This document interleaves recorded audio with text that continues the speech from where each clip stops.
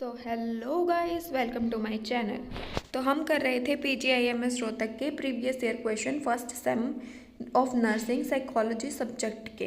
तो next question आज हम करने वाले हैं डिटर्मिनेंट्स ऑफ फॉरगेटिंग। फॉरगेटिंग के क्या डिटर्मिनेंट्स हैं, फैक्टर्स अफेक्टिंग। ठीक है, तो सबसे पहले हम फॉरगेटिंग की डेफिनेशन करेंगे। फॉरगेटिंग क्या है? Inability to retrieve information inability to retrieve information from memory that was previously learned and stored। जो हमने चीज़ पहले लर्न करी है और अब हम उसको रिट्रीव नहीं कर पा रहे, तो उससे क्या कह देंगे? Forgetting. It can occur for a variety of reason. ये बहुत रीज़न की वजह से हो सकती है, जैसे लैक ऑफ यूज़, हम किसी चीज़ को यूज़ ही नहीं कर पा रहे, किसी मेमोरी को हम यूज़ ही नहीं कर पा रहे हमारी पर्सनल लाइफ में, तो हम उसे भूल जाएंगे। इंटरफेरेंस फ्रॉम अदर इन्फॉर्मेशन, कि हमारे दिमाग में इतनी सारी इन्फॉर्मेशन फिल हो गई है कि हम उस मेमोरी को रिट्रीव नहीं कर पा रहे। या फिर न्यूरोलॉजिकल डैमेज, हमारे दिमाग में कोई डैमेज हो गया है। नेक्स्ट है डिटर्मिनेंट्स ऑफ फॉरगेटिंग। सबसे पहला है डिके। डिके क्या होता है? हमारी जो मेमोरी है वो फेड होने लग जाती है ओवर टाइम, अगर हम उस मेमोरी को यूज़ ना करें या फिर उस मेमोरी को रिहर्स ना करें। नेक्स्ट है इंटरफेरेंस। क्या होता है? Proactive interference. इंटरफेरेंस क्या होता है? कोई चीज़ हमारी मेमोरी में इंटरफेयर करती है, जैसे कि old information interferes with new. जो हमारी पुरानी इन्फॉर्मेशन है वो नई इन्फॉर्मेशन के साथ इंटरफेयर करती है और हम उसको रिकॉग्नाइज नहीं कर पाते। या फिर रेट्रोएक्टिव में क्या हो जाता है? New information interferes with old information. Next है हमारे पास lack of attention. Lack of attention क्या है? Inadequate focus during learning causes poor encoding.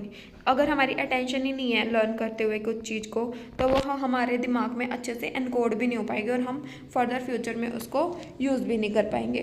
Next है पुअर एनकोडिंग। पुअर एनकोडेड क्या है? कि भाई हम अगर कोई चीज़ लर्न कर रहे हैं और हमने उसको दिमाग में अच्छे से सेट ही नहीं किया, तो वो हम उसको रिकॉल भी नहीं कर पाएंगे बाद में जब हमें उसकी ज़रूरत होगी। नेक्स्ट है रिट्रीवल फेलियर। रिट्रीवल फेलियर क्या है? कि हमने मेमोरी तो हमारे अपने दिमाग में सेव कर ली, लेकिन जब हमें उसकी यूज़ है या फिर जब हमें उसकी ज़रूरत है, तो अब हम उसको रिट्रीव नहीं कर पा रहे अपने ब्रेन में से। Memory is stored but not accessible due to missing cues. Next है मोटिवेटेड फॉरगेटिंग। मोटिवेटेड फॉरगेटिंग क्या होता है? हम अपने आप को मोटिवेट करते हैं कि हम ये चीज़ भूल जाएं जो चीज़ें हमें ट्रॉमा देती है, जैसे कि intentional forgetting due to stress और ट्रॉमा। कोई चीज़ हमें किसी चीज़ से हमें ट्रॉमा हुआ है तो हम उस चीज़ को भूल जाने की कोशिश करते हैं। नेक्स्ट है ब्रेन इंजरी और डिसीज़। क्या पता हमारे ब्रेन में कोई इंजरी हो जाए जिससे हम कोई चीज़ें भूल जाएं, जैसे कि डिसीज़ भी हो सकती है, जैसे एल्जाइमर्स और ट्रॉमा। नेक्स्ट है इमोशनल फैक्टर्स। इमोशनल फैक्टर्स भी बहुत अच्छा रोल प्ले करते हैं, जैसे कि स्ट्रेस, एंग्जाइटी और डिप्रेशन। इससे क्या हो सकता है? हम अपनी मेमोरी लॉस भी कर सकते हैं, मेमोरी भूल भी सकते हैं।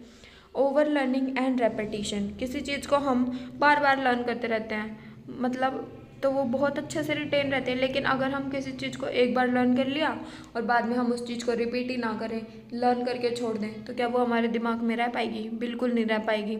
इसीलिए हमें कुछ चीज़ अच्छे से लर्न करनी है तो हमें उसको बार बार रिपीट भी करना पड़ता है।